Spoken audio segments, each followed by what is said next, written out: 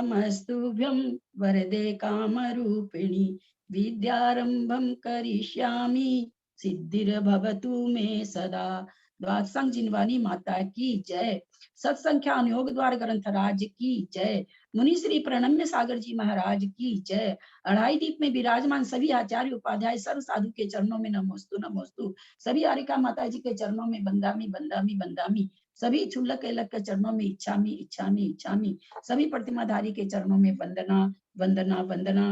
रूप में विराजमान निमिचंद भाई साहब, पूज्य बाबू जी, उमराव भाभी और भी जो पूज्य जन है, सबका सादर चरण स्पर्श, सभी से सादर जय जिनेन्द्र।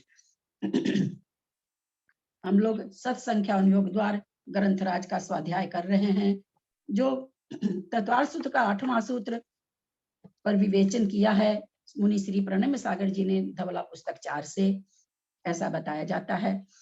और उसका स्वाध्याय करते हुए हम लोगों ने सत्य, संख्या, क्षेत्र, स्पर्शन 4 पर रूपना कर ली है। 5वीं पर रूपना काल पर रूपना हम लोग कर रहे हैं, पढ़ रहे हैं, समझ रहे हैं। काल पर रूपना में ओघ और आदेश 2 तरह से पर रूपना का विवेचन होता है। हम अभी ओघ से काल पर रूपना कर रहे हैं। काल पर रूपना का मतलब होता है किसी भी गुण स्थान में कितने समय तक जीव पाए जाते हैं, ऐसा जो होता है पर रूपना होती है। कौन सा गुण स्थान में हमेशा जीव पाए जाते हैं, किसमें कितने समय तक पाए जाते हैं, एक जीव कितने समय तक पाया जाएगा, नाना जीव कितने समय तक पाए जाएंगे प्रत्येक गुण स्थान में, इस तरह से जो वर्णन किया जाता है उसको कहते हैं ओघ से काल पर रूपना में ओघ से पर रूपना समझना। गुण स्थान को समझते हुए हम लोग असंयत गुण स्थान तक हम लोगों का विवेचन हो गया था। तत्संबंधी किसी का कोई भी प्रश्न हो, कुछ भी समझ में नहीं आया हो, आप लोग कोई भी अभी पूछ सकते हैं। किसी भी तरह की बात चौथे गुण स्थान की नहीं समझ में आई हो तो, क्योंकि हम लोग का सबका चौथा गुण स्थान है, हम लोग को चौथा गुण स्थान तो समझना ही चाहिए। दीदी, आपने बताया था कि 33 सागर की आयु जो मानता उत्कृष्ट आयु, वो 6 से 7वें में जाते वक्त मुनि महाराज के बंद होती है उस आयु का। तो जो और 4 जो विमान है उनका जो कम हो जाता है, 1 समय कम और 2 समय, उसमें फिर क्या करते हैं? सेम सिद्धांत रहता है या क्या होता है? सेम सिद्धांत तो नहीं हो सकता, क्योंकि उत्कृष्ट आयु वर्ड आया है वहां पे। तो उत्कृष्ट आयु यहाँ एक समय कम को भी उत्कृष्ट आयु ही कही जाएगी। एक समय कम की विवक्षा तो इसलिए यहाँ पर बताई गई, 5 अनुत्तर की जो आयु है वो आयु 6 से 7वें गुण आएगा। अभी आपका कल परसों में आ जाना चाहिए, मुझे लगता है आप लोग के कर्मकांड जी में आएगा। तो 6 से 7वें ऐसा क्यों कहा? क्योंकि हम लोग सभी जानते हैं आयु का बंध कैसे परिणाम से होता है, किस आयु का किस परिणाम से बंध होता है? मध्यम परिणाम।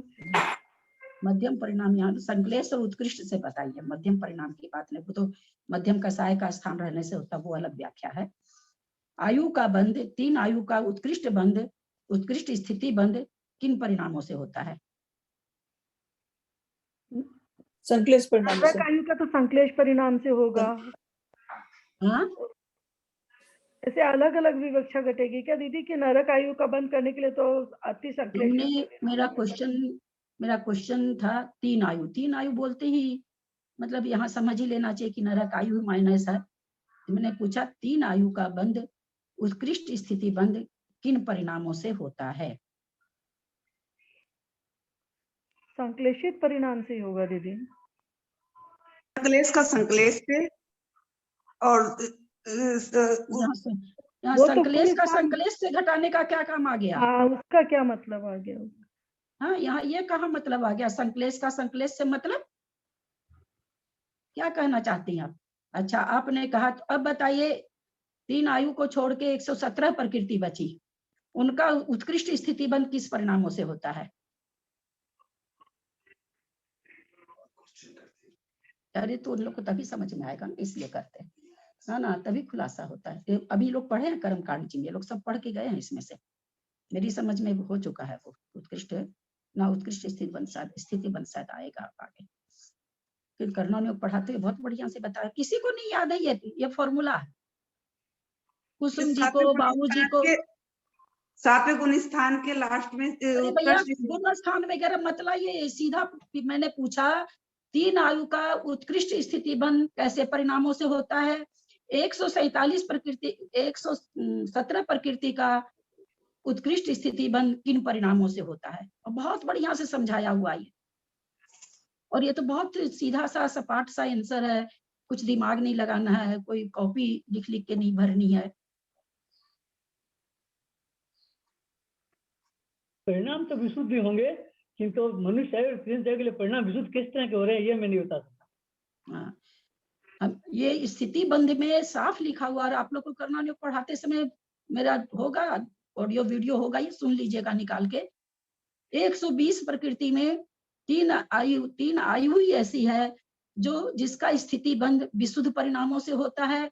उन विशुद्ध परिणामों से 117 प्रकृति का जघन्य स्थिति बंध होता है, क्योंकि 120 प्रकृतियां में जितनी जिस समय बंधन योग्य रहती है सब बंध रही है, शुभ भी अशुभ भी, निरंतर बंधी भी, शांतर बंधी भी, सभी बंध रही है।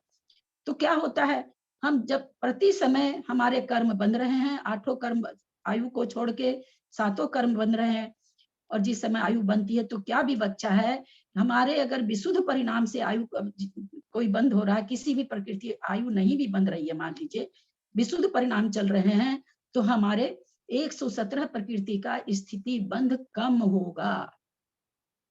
और अगर संक्लेश परिणाम चल रहे हैं, 3 आयु को छोड़ के 117 प्रकृति का स्थिति बंध उत्कृष्ट होगा। प्रश्न यहाँ पर आएगा, तीर्थंकर प्रकृति तो तीर्थंकर प्रकृति का क्यों हो रहा है ऐसा, हारक दिक् का क्यों? कम से कम 3 प्रकृति के लिए तो मन में आएगी शंका, सब कर्म कांड जी में आने वाला है। तो लेकिन ये छोटा सा, और बाबूजी हाँ बोलो। हाँ बाबूजी, करीब 7-8 साल पहले की बात है,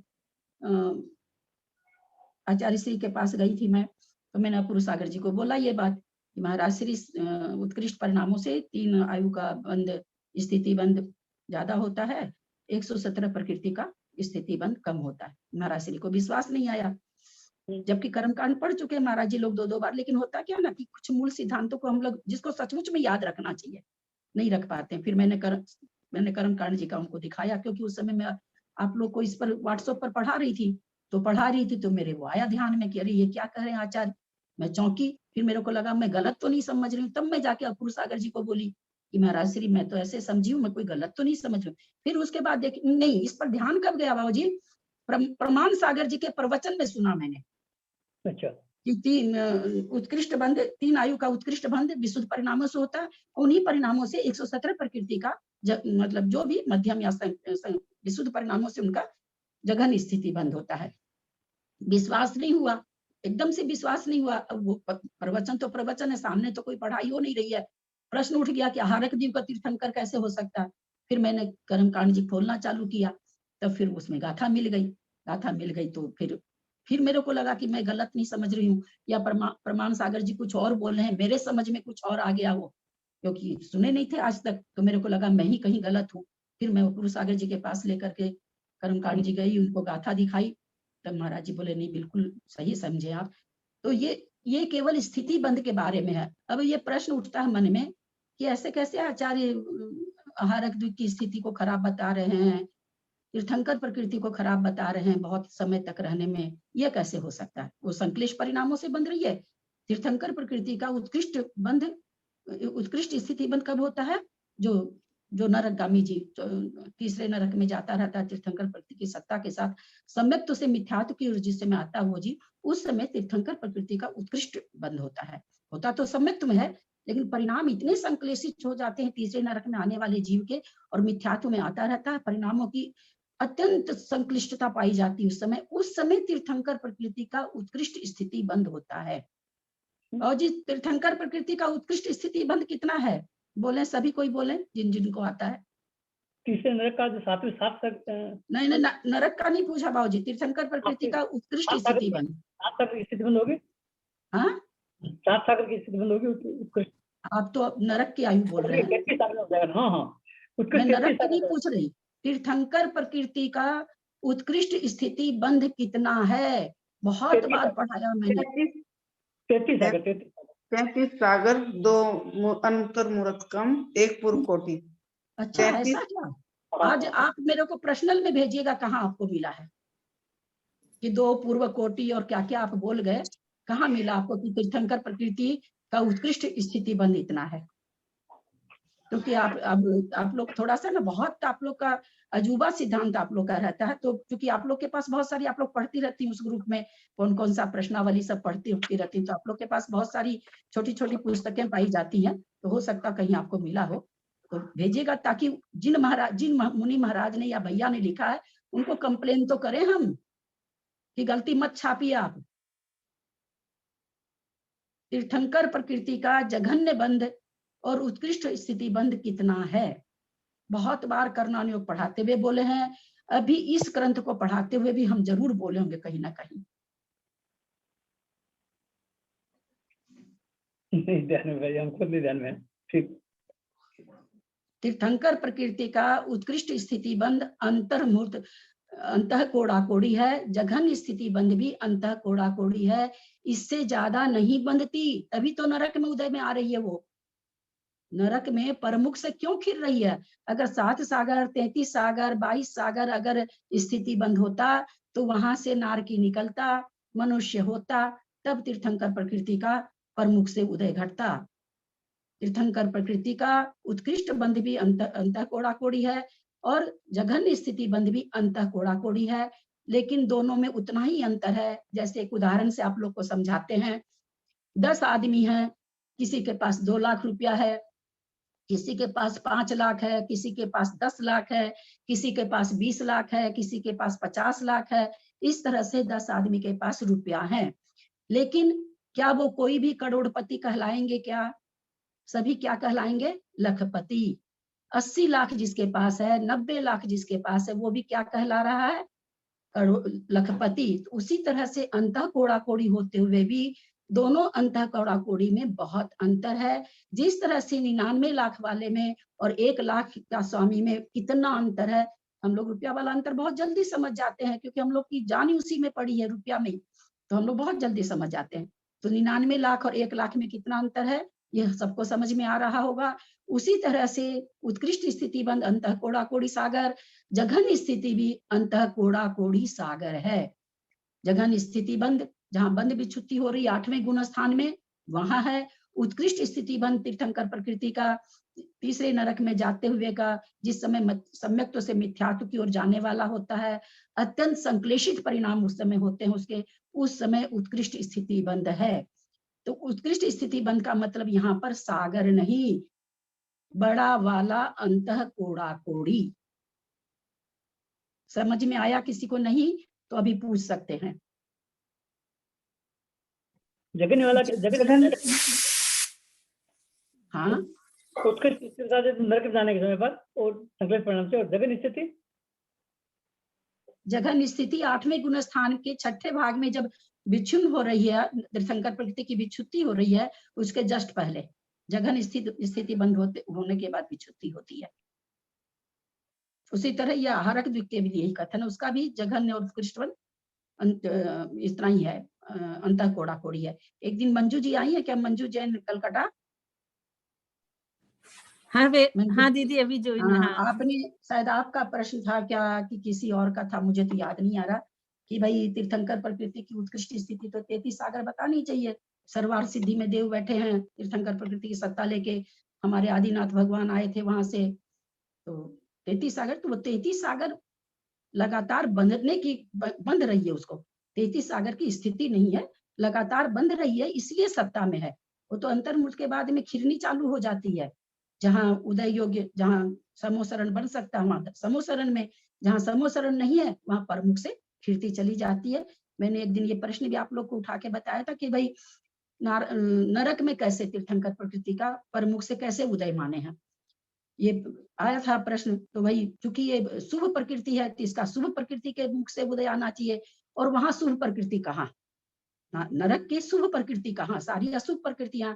तो इसका उत्तर मैंने ये भी दिया था, क्योंकि वैकिरियक शरीर, वैकिरियक अंगोपांग, तेजस कारमान, ये चारों शरीर, सॉरी खाली कारमान तेजस नहीं, ये तेजस कारमान है प्रकृति में है, ये चारों शुभ प्रकृति में है।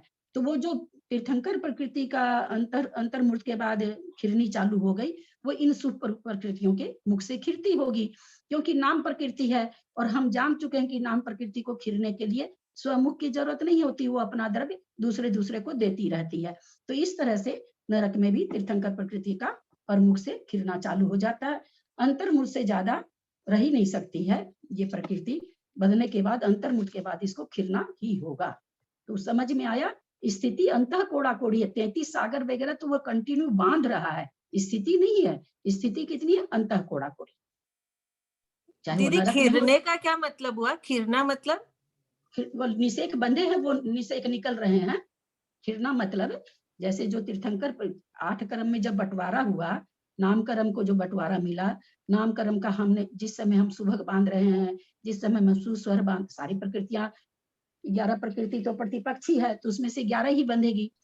अब आहारक द्विक है और ये वाला ये आपको क्या कहते हैं तीर्थंकर है, ये तो जरूरी नहीं सबको बंधेगी, लेकिन अगर किसी को बंधनी चालू हो गई, वैसे कोई मुनि महाराज है, तो उस समय सारी नाम प्रकृति को मिल गया। मान लीजिए आप घर में सबसे बड़ी हैं, 4 दौर जिठानी है, मैंने पहले भी समझाया था, आम के सीजन में आम आया, सासू जी सबको दे दी भाई, 5 सबको पकड़ा दी। अब आप जानिए, आप अपने 4 बच्चों को एक देती हैं, आधा देती हैं, या आपके ऊपर है। तो उसी तरह से 8 कर्म में बंटवारा हो जाता है। फिर नाम कर्म का बंटवारे का अपनी प्रकृतियों में बंटवारे का अलग सिस्टम है, उस हिसाब से वो बढ़ता चल।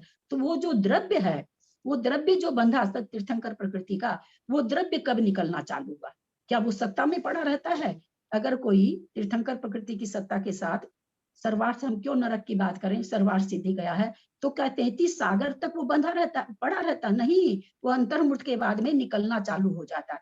तो कैसे निकलेगा भाई? वहां कहाँ से उदय? वहां तो कोई तीर्थंकर प्रकृति का मतलब ही नहीं है। तो चूंकि नाम प्रकृति है, ये परमुख से खिरनी चालू हो जाती, इसको खिरना ही पड़ेगा, अंतर्मुख से ज्यादा ये रह ही नहीं सकती है। इसकी अबाधा काल कितनी है? अबाधा काल हम लोग जाने 70 कोड़ा कोड़ी का मोहन ये कर, उसका अबाधा काल 7000, नियम 7000 की अपेक्षा तो एक अचलावली है। तो उसी तरह से तीर्थंकर प्रकृति अंत कोड़ा कोड़ी परमान है, तो इसका अबाधा काल कितना? अंतर्मुहूर्त। इसको तो अंतर्मुहूर्त के बदलना ही पड़ेगा, मतलब जितना न भी कराए तो भी आना फिर एक साथ खिल जाएगा। हाँ जी, असलावली के बाद एक साथ खिल जाएगा।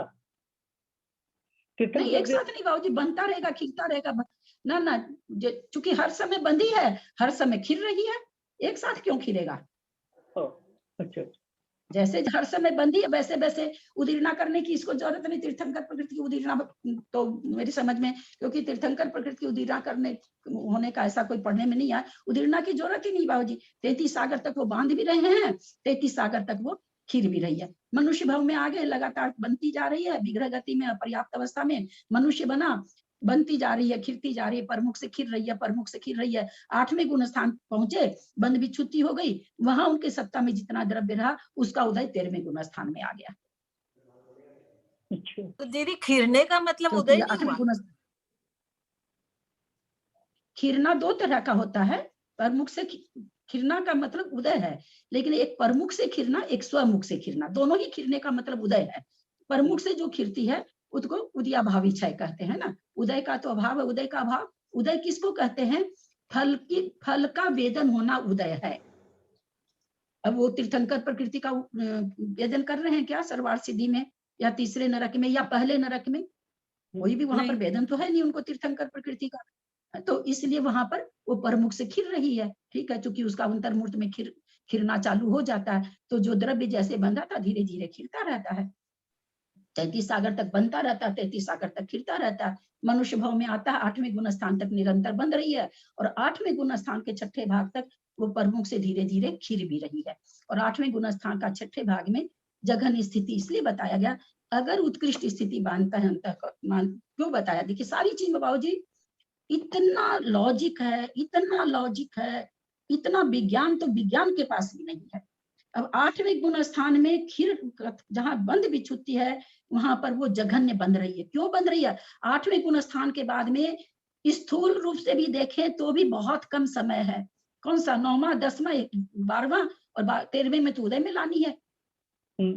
तो अगर बड़ा अंतर्मुख हुआ तो कहाँ खिरेगी? वो खिरेगी नहीं, इसलिए जघन स्थिति बन रही है, यानी अंतः कोड़ा कोड़ी बन तो रही है, वही अंतर है 1 लाख और 90 लाख में। जैसे तो 1 लाख समझिए वहां पर इस तरह की बन रही जगह स्थिति बन रही है, क्योंकि उनको ठीक 2 आवली के बाद उनको उदय में आ जाएगी, 2-3 आवली के बाद उदय में आने वाली है, इसलिए वहां पर जघन स्थिति बनती है। क्योंकि उत्कृष्ट अगर बड़ा अंतर मूर्त ले लेंगे, पता चला 13वां गुण स्थान तो प्राप्त हो गया, तीर्थंकर की वाणी नहीं खिल रही है।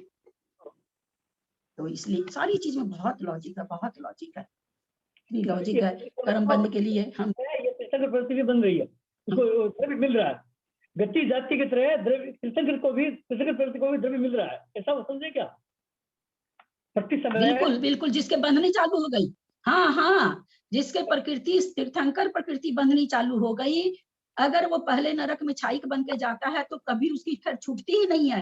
तीसरे दूसरे में अगर कोई जाता है तो अंतर्मुठ प्रमाण छूटती है, क्योंकि वो मिथ्यात्व में जाता है, फिर पर्याप्ति पूर्ण करता है तो 2 अंतर्मुठ के लिए उसकी छूटती है। लेकिन तीर्थंकर प्रकृति अगर चौथे गुण स्थान में बंधनी चालू हो गई है, नियम से जब तक उदय नहीं आएगी, मुनि महाराज नहीं बैठने तब तक 8वें गुण स्थान के 6ठे भाग तक निरंतर बंदी है ये। अच्छा, निरंतर बंदी है ये, निरंतर बंद कभी रहेगी, बंद इसका बंद नहीं होगा। उदय क्या नाम, अनुदय रूप से वो आते रहेगी निरंतर, अनुदय हाँ, रूप से वो आते निषेध निकलते, हाँ निषेध निकलते रहेंगे। अभी हम लोग यहाँ पर बैठे हैं, किसी को थोड़ा बहुत, चूंकि मेरे को तो होता है इसलिए मेरा ये अनुभव रहता कि पेट दर्द होता रहता, माथा दर्द हो, तो खिर रहे हैं साता के सारे खिर रहे हैं, तो मेरे को कुछ नहीं पता चल रहा। क्लास खत्म होगी, माथे पे भी हाथ जाएगा, पेट पे भी हाथ जाएगा, हाँ हाँ हाँ, कहाँ पता चला? खिर रही है ना, साता बेदनी खिर रही है ना, जबकि असाता बेदनी तो मतलब साता के मुख से खिरी है। नाम कर्म की सारी प्रकृतियां बाबा जी लास्ट तक अपना द्रव्य देती रहती है, अपना द्रव्य लेके नहीं जाती है, इतना एक्का है इनमें। हमारी आत्मा के साथ ही एक्का नहीं है तो क्या समझेंगे हम लोग? ठीक है। प्रणाम दीदी, तीर्थंकर प्रकृति का उत्कृष्ट बंध कब होगा? चौथे गुण स्थान में? चौथा गुण स्थान वर्ती जिसने नरक आयु बांध ली है, ऐसा जीव जब नरक जाने के सम्मुख होगा, मिथ्यात्व, चूंकि तीसरे नरक जाना है उसको छाइक नहीं है, छाइक है तो कोई बात नहीं, जैसे बंद चल रहा वैसे बंद चलता रहेगा। उत्कृष्ट स्थिति बंद कहाँ होता है? कोई तीर्थंकर प्रकृति की सत्ता वाला चौथा गुण स्थान वर्ती जीव को, उसके नीचे तो बनती नहीं है ये। अब उसने नरक गति बांध ली, तो वो तीसरे नरक जा रहा है। तीसरे नरक में सम्यक के साथ प्रवेश नहीं है, सम्यक तो छूटेगा, तो जिस समय वो एकदम मरण के सम्मुख हो जाएगा उस समय उसको मिथ्यात्व में जाना पड़ेगा। तो जिस समय सम्यक तो छूटता हो और मिथ्यात्व को प्राप्त करने वाला हो, मिथ्यात्व प्राप्त नहीं किया है, अभी सम्यक में है, लेकिन उसके परिणाम में संक्लेशता आ गई बहुत ज्यादा। क्यों ऐसा क्यों हो रहा है? संक्लेशता से तीर्थंकर प्रकृति का उत्कृष्ट बंध क्यों बता रहे हैं? उत्कृष्ट संक्लेशता से अभी बता चुके हैं आप लोग को, किसको याद है? ज्यादा देर रहेगी, ज्यादा देर इसलिए अभी तो आपने सिद्धांत बताया 117 प्रकृतियों का, अभी तो आपने बताया। हाँ, अभी तो बताया मैंने कि 3 प्रकृति छोड़ के बाकी सारी प्रकृतियों का उत्कृष्ट स्थिति बंद जिसकी जितनी है, अब इनका अंत ही कोड़ा कोड़ी है, संक्लेश परिणामों से होता है, एकदम सीधा वाय डाटा है। वाय डाटा में बहुत नहीं, नाना मामा काका चाचा कुछ नहीं बताना है, केवल एक ही चीज की संक्लेश परिणाम है। तो जितनी 117 प्रकृति का स्थिति बंद परिणाम जैसा है, संक्लेश बहुत है तो बहुत स्थिति बंधेगी, संक्लेश मध्यम है तो मध्यम बंधेगी। लेकिन आपकी आवाज चली गई थी, आवाज नहीं आ रही है? अभी आई। आवाज तो गला खराब है ना भाई साहब, इसीलिए तो मैं बोलना नहीं चाहती हूँ। नेट के कारण, गला कान के कारण गई। नहीं, नेट से नहीं गया, मेरा नेट नहीं खराब होता है, मेरा नेट कभी नहीं खराब होता है, हम लोग का बहुत अच्छा नेट लिया हुआ है। तो ये हमेशा याद रखें, एक फॉर्मूला सीधा सा कि संक्लेश परिणामों से 3 आयु की स्थिति बंध कम होती है और 117 प्रकृति की स्थिति बंध ज्यादा होता है।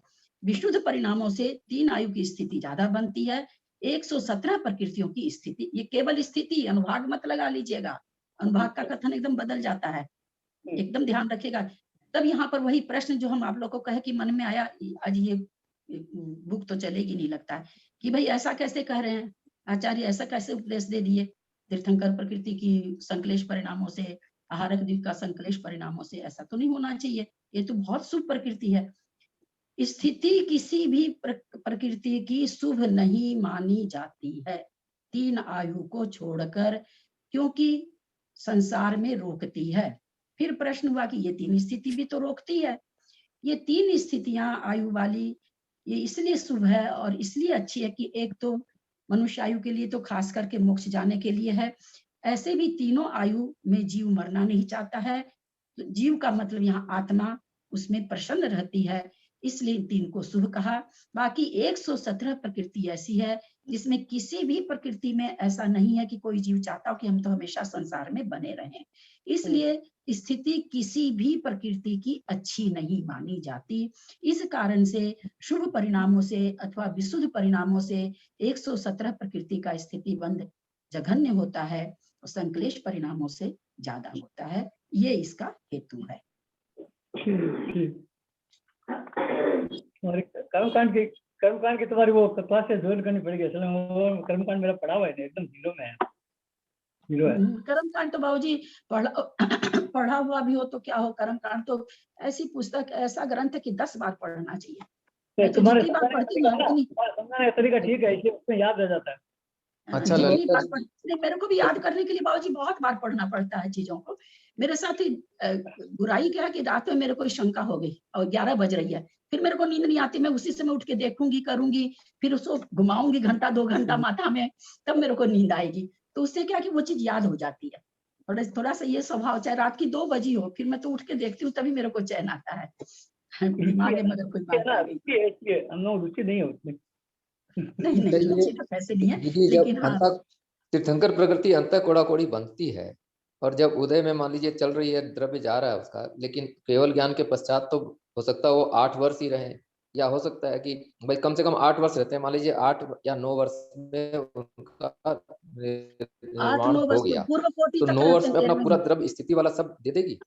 हाँ, 13वें गुण स्थान का नहीं, अगर उत्कृष्ट काल पूर्व कोटि बताया गया है। 8 वर्ष अंतर्मुक्त नहीं कम बता रहा पूर्व हूँ, कोटि, 2 जैसे अंतर्मुक्त कम पूर्व कोटि। ये एक तो धन और 14वें गुण उत्कृष्ट, स्थान का अंतर्मुक्त कम हो गया, एक 8 वर्ष अंतर्मुक्त के बाद सकल संयम धारण वो मैं करके नहीं पूछ रहा हूँ, मैं ये उत्तर बोल रहा हूँ कि जब अंता कोड़ा कोड़ी सागर बांध रही है, इसकी अवधि जघन्य और उत्कृष्ट दोनों उतनी ही है, तो कोड़ा कोड़ी सागरों में है, और वो स्थिति को ये लोग 8 साल 10 साल या इतने दिन में कैसे पूरा द्रव्य मतलब निर्जरा हो जाती है स्थिति वाली। हाँ तो हाँ हो जाती होगी ना, उदय हो रहा है ना, 24 घंटा हो रहा है उदय उनका, दिव्य ध्वनि 4-4 बार खिल रही है, उपदेश हो रहा है, खिलती होगी, खिलती है तभी ना, तभी तो सिद्धांत बना। आप एक क्या नाम है सो, हम लोग नल खोलते हैं, धीरे धीरे पानी गिर रहा, नल को पूरा खोल लेते हैं, जिस समय भरना रहता बाल्टी जल्दी पूरा नल खोल लेते हैं, और क्या वो 2 मिनट में बाल्टी भर जाती है, और ऐसे 2 मिनट में एक कटोरी भी नहीं भरती है जब धीरे धीरे खिलता है तो उसमें इसका उसी मतलब हिसाब से खींचते होंगे, निश्चय स्थिति उसी का जो हिसाब से घात खींचते होता है, होंगे। स्थिति का जो घात होता है वो स्थिति कांडक घात में ही होता है, 9वें गुण स्थान में ही होता है ना। किसका? 8वें स्थिति को जो घातते हैं तो 8वें वो 9वें गुण, 8वें गुण स्थान में अनुभाग और हाँ स्थिति कांडक स्थिति का भी होता है। होता है, हाँ, और जबकि उसके बाद 8वें तो में 9वें बंद में भी तो रही क्षय है। होती। हाँ, हाँ, 8वें में बंद भी रही है, तो मतलब इन्होंने स्थिति का घात तो किया नहीं, क्यों? तो स्थिति इस का घात स्थिति कब घात करते हैं? करने की 1 मिनट भाई साहब, शुभ प्रकृतियों का स्थिति अनुभाग कांडक घात नहीं होता। अच्छा, शुभ प्रकृतियां भोगनी पड़ती है, तो अब अशुभ अंतः कोड़ा कोड़ी प्रकृतियों तो को कैसे हम भोगेंगे? खिला सकते हैं, उदीर्णा करा के हर कैसे कर सकते हैं, स्थिति कांड घात कर सकते हैं। शुभ प्रकृतियां जो बंध गई है वो उदय में आती ही है, उदयाभावी क्षय होता वो अलग बात है, पता नहीं चल वो एक अलग बात है, क्योंकि नहीं तो 13वें गुण स्थान में साता वेदनीय का रूम भर भर के सारा द्रव्य तो उसी को मिल रहा है वहां पर, साता वेदनी को सारा द्रव्य मिल गया, बाकी तो कर्म बंद नहीं रहे हैं, केवल साता वेदनी का 11वें गुण स्थान के बंद है, 11वें गुण स्थान के बाद से सारा द्रव्य साता वेदनी को मिल रहा है, वहां पर भी कितना आ रहा है, समय पर वृद्धि आ रहा है ना, तो वो वैसे ही खिल जाता होगा, ऐसा नहीं है, वो तो खिलता होगा वैसे ही। और ये मतलब इसको इस हर प्रकृति का स्थिति कांड घात नहीं होता, अशुभ प्रकृतियों का होता है। दीदी, यदि अंतर कोड़ा कोड़ी का सबसे छोटा पाठ करेंगे तो अंतर्मूर्ति होगा क्या? हाँ, अंतर्मूर्त है, अभी आपको अंतर्मूर्त का उदाहरण भी, अंतर कोड़ी और अंतर्मूर्त का दोनों का, अंतर्मूर्त इसमें आया, उसका भी उदाहरण वही तो कह रहे हैं, अंतर्मूर्त जैसे एक आवली एक समय अंतर्मूर्त, और 48 मिनट में 2 समय वो भी अंतर्मूर्त, इसलिए लखपति वाला उदाहरण सबसे बढ़िया है, किसी के तो पास दीदी 1 लाख उन्होंने है, 2 लाख अंतर मूर्ति क्यों नहीं बोल दिया? सबसे जघन्य जब बोला तो अंतर मूर्ति क्यों नहीं बोल दिया? हाँ, अंतर सबसे- कोड़ा कोड़ी क्यों बोला? नहीं, अंतर कोड़ा कोड़ी अंतर्मुख थोड़ी है जो अंतर्मुख बोल देंगे। ये किसने कहा? वहां अंतर कोड़ा कोड़ी है, कोड़ा कोड़ी। नहीं नहीं, यदि सबसे छोटा उसका पाठ करेंगे अंतर कोड़ा कोड़ी का, कि हाँ, सबसे हमको ये कम, बताइए, तो हमको अंतर कोड़ा हाँ, कोड़ी में भी अंतर मूर्ति होगा ना? अच्छा हमको आप बताइए, नहीं अंतर्मुख कैसे होगा? कोड़ा कोड़ी है। आपके पास 4 लाख रुपया है, आपको हजारपति कोई बोले आपको कैसा लगेगा? 4 लाख वाला भी लखपति है, 99 लाख वाला भी लखपति है। हाँ, अंतर कोड़ा कोड़ी का है बंद। अंतर कोड़ा कोड़ी का अनेक भेद हो गए ना। जैसे हमने अब आप लोग को समझाने के लिए अंतर्मूर्त का अनेक भेद हो गया। एक अवली से चालू हुआ अंतर्मूर्त, और कहाँ तक अंतर्मूर्त कहलाएगा? जैसे 48 मिनट में 2 समय कम तक वो अंतर्मूर्ति कहलाता है। तो सारे भेद हो गए ना अंतर्मूर्त। जिस तरह से लखपति 1 लाख से लेके 100 लाख तक का आदमी लखपति कहलाता है, तो 100 भेद हो गए ना लखपति में। उसी तरह ये अंतर कोड़ा कोड़ी अंतर्मूर्त में तो उदय में आने का अब आधा काल अंतर्मूर्त है, बंध नहीं है अंतर्मूर्त का। अंतः कोड़ा कोड़ी का बंध है, अंतर्मूर्त का बंध ही नहीं है। 8वें गुण स्थान में भी नहीं है। सब जगह अंतः कोड़ा कोड़ी का बंध हो रहा है इसका। कोड़ा कोड़ी, करोड़ को करोड़ से गुना, 1 करोड़ को 1 करोड़ से गुना कर लीजिए, उसकी जो संख्या आती है उसमें कुछ कम कर दीजिए, उसको अंतः कोड़ा कोड़ी कहते हैं। उसको आप अंतर्मूर्त कैसे कह सकती हैं बताइए? तो बहुत बड़ा अंतर्मूर्त तो बहुत छोटा छोटा क्या नगण्य है। वो 1 रुपया है, वो 1 अरब रुपया है, इतना अंतर है। बहुत अंतर है दोनों में। नहीं, मैं ये पूछ रही थी कि अंतर कोड़ा कोड़ी को जब यदि उसके बहुत सारे पार्ट करेंगे तो सबसे लास्ट का पार्ट क्या आएगा? नहीं मतलब आप ये बताइए, आपने लाख का पाठ करना चालू किया तो आपके पास 1 लाख आया ना अंत में, 1000 थोड़ी आया। आपको किसका पाठ करना है? लाख का पाठ करना है। तो जहां पर 1 लाख आया वहां आके आप रुक गए। भाई लाख का सबसे छोटा पाठ तो 1 लाख है, लेकिन है वो लाख ही। आप 1000 को लाख का पाठ नहीं कह सकते। उसी तरह से अंतः कोड़ा कोड़ी का जो छोटा पाठ है वो कोड़ा कोड़ी तो रहेगा ही रहेगा, अंतर्मूर्त नहीं होगा। हाँ, यही पूछ रही थी मैं, अंतर्मूर्त होगा या होगा ना। जैसे हम बताए ना कितना बड़ा, भाई आप कोई कहे भाई लाख में ये लखपति तो इसके पास कितना रुपया, बोले भैया कुछ भी नहीं हो, 1 लाख तो होगा ही ना। लखपति है तो 1 लाख तो होगा ही ना, क्योंकि लखपति है तो लाख से नीचे तो आप उतरेंगे नहीं। तो उसी तरह से अंतः कोड़ा कोड़ी है, अंतः कोड़ा कोड़ी से आप नीचे तो उतरेंगे नहीं ना। उसका दूसरा बात तो बोल ही नहीं सकते, खाली कोड़ा कोड़ी भी नहीं बोल सकते हैं आप, खाली करोड़ मतलब अंतः कोड़ भी नहीं बोल सकते, अंतः कोड़ा कोड़ी ही बोलना पड़ेगा। कोड़ा कोड़ी का मतलब करोड़ को करोड़ से गुना करना, बहुत बड़ी संख्या। तो उसकी संज्ञा अंतर्मूर्त और कोड़ा कोड़ी में बहुत बड़ा अंतर है ना। उसको कहाँ तक वो कोड़ा एकदम जघन्य कोड़ा कोड़ी कहाँ है, जिसके बाद फिर और नीचे का स्थान आ जाएगा, वहां तक अंतः कोड़ा कोड़ी हो गया।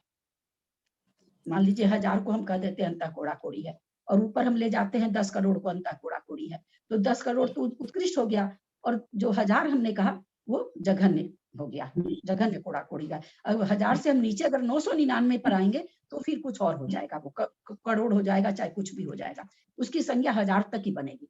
तो उसी तरह जघन्य स्थिति बन, उत्कृष्ट स्थिति बन में बहुत बड़ा अंतर है। ठीक उसी तरह से जैसे 1 लाख का लखपति और 99 लाख का लखपति में अंतर है, उसी तरह से। चले आगे, ग्रंथराज लेते हैं 122 पेज में 90/15 संहिता संयतस्य नाना जीवापेक्षा सर्व कालः, 5वां गुण स्थान है। संहिता संयत नाना जीवों की अपेक्षा सर्वकाल है, जो स्पष्ट है, शायद ये कल हो गया था। एक जीव की अपेक्षा, इन्हीं संहिता संहितों का ये हो गया था शायद, है ना। हाँ यहाँ नीचे 90/18 होगा, सॉरी। प्रमता प्रमतयोर नाना जीवापेक्षा सर्वकाल, प्रमत अप्रमत संयत जीवों का नाना जीवों की अपेक्षा सर्वकाल है। कारण पूर्ववत, यानी क्या कहना चाह रहे हैं? कारण पूर्ववत का मतलब सांतर मार्गणा नहीं है, सांतर मार्गणा नहीं है, इसलिए इस गुण स्थान में, और ये गुण स्थान किसका है? मुनिराज का। मुनिराजों का। मुनिराज मनुष्य गति का है। तो मनुष्य गति का यानी ऐसा कभी नहीं होगा, तीनों काल में ऐसा कभी न हुआ है न होगा कि कोई 6ठे 7वें गुण स्थानवर्ती जीव नहीं पाया जाए। केवल मनुष्य का, मनुष्य में भी 29 अंग प्रमाण, उसमें भी पुरुष वेदी का, स्त्री वेदी का नहीं है ना। जो द्रव्य से स्त्री वेदी, भाव से स्त्री वेदी का होगा। द्रव्य से स्त्री, क्योंकि माता जी बनती माता जी, इसलिए मैंने यहाँ पर ये बोलना जरूरी समझा कि इसमें भी पुरुष वेद का, यानी ऐसा कभी नहीं होगा, कभी न हुआ है कि कोई इसमें छठे सातवें गुण स्थान में कोई जीव न पाया जाए और केवल मनुष्य गति की अपेक्षा घटेगा। एक जीवम प्रति जघन्य का समय, एक जीव की अपेक्षा जघन्य काल एक समय है। जब कोई अप्रमत गुण स्थानवर्ती जीव अपनी आयु के अब देखिए यहाँ पर क्या है, अप्रमत और प्रमत का समय निकालना है, एक समय।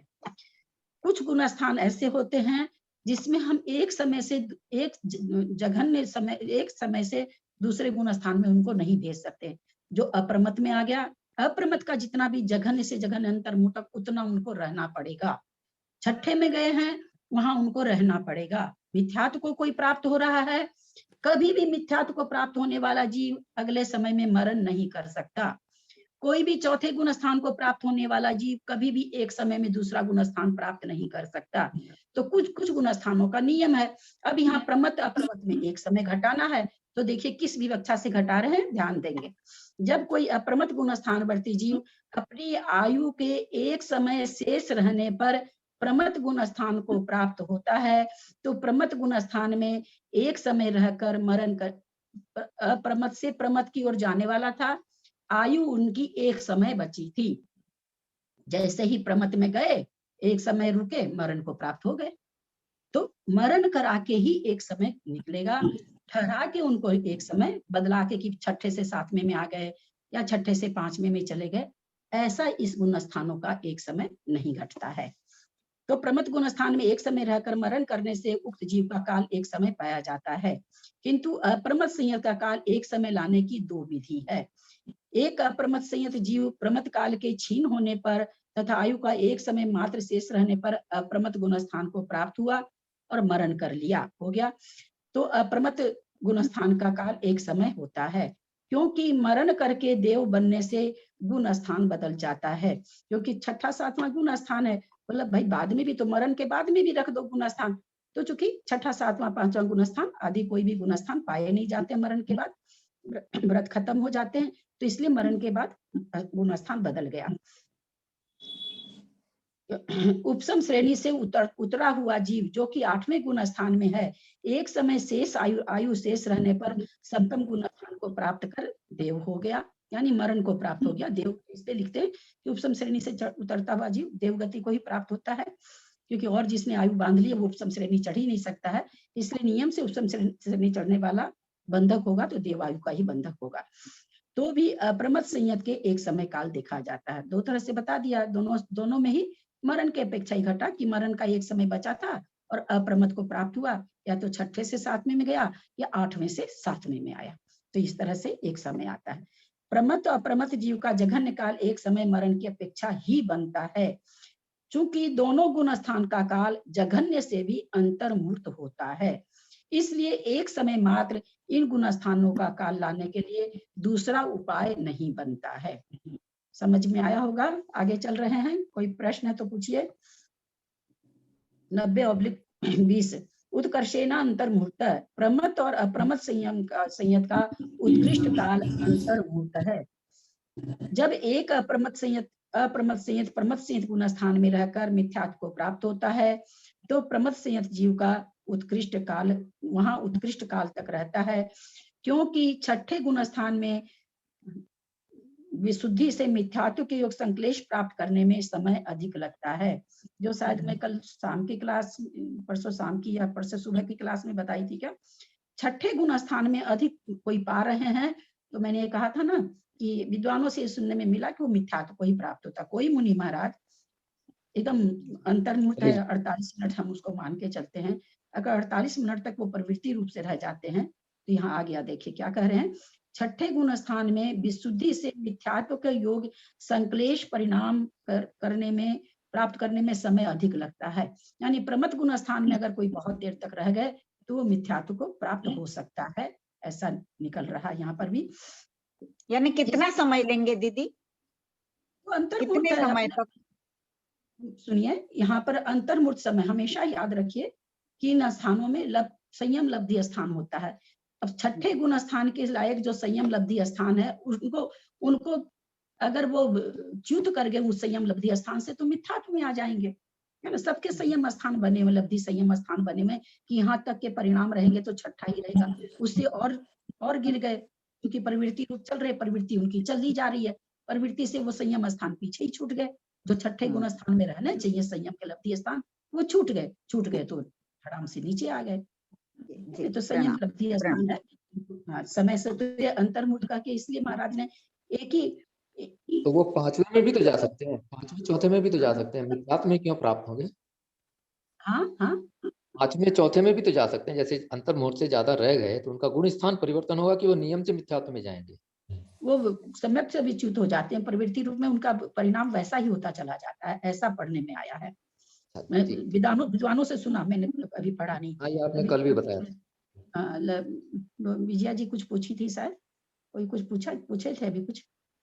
जी नहीं, अभी नहीं पूछा दीदी, आपने बता दिया था मैंने जो पूछा था। कोई कुछ पूछा तो था, याद नहीं मुझे क्या। हाँ, मैं लब्धि स्थान, संयम के लब्धि स्थान बताने जा रही थी। तो इसका उदाहरण हम लोग दे सकते हैं। रोटी आप भी बनाते हैं, रोटी मैं भी बनाती हूँ। रोटी अब एक जो अभी एकदम 25 साल की लड़की वो भी बनाती है, कितनी स्पीड में अंतर रहता है।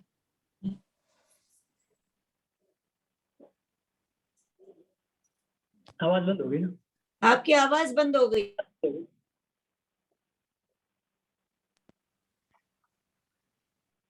हेलो, आवाज आ हाँ रही है क्या? आइए, हाँ अब आ गई। अब आई, धीरे अब आई आवाज आ रही है? आवाज, अब आई। नहीं आ रही लगता आवाज। गलती से मेरा ना आंसर में चला। कर रहा है।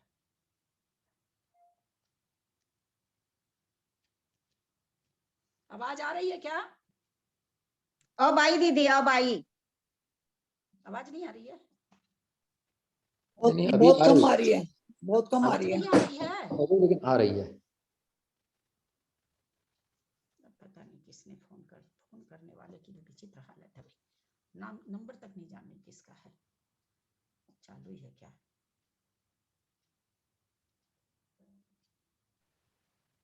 एक बार इसको फिर से ऑन करके कीजिए, इसीलिए आवाज वो वापस आ जाएगी। आवाज एक बार जो धीरे हो जाती है उसको फिर लीव करके फिर मैं एक ज्वाइन बार ऑफ कर। कर रही हूँ, कोई फोन आ गया था। अच्छा जी, ठीक ठीक।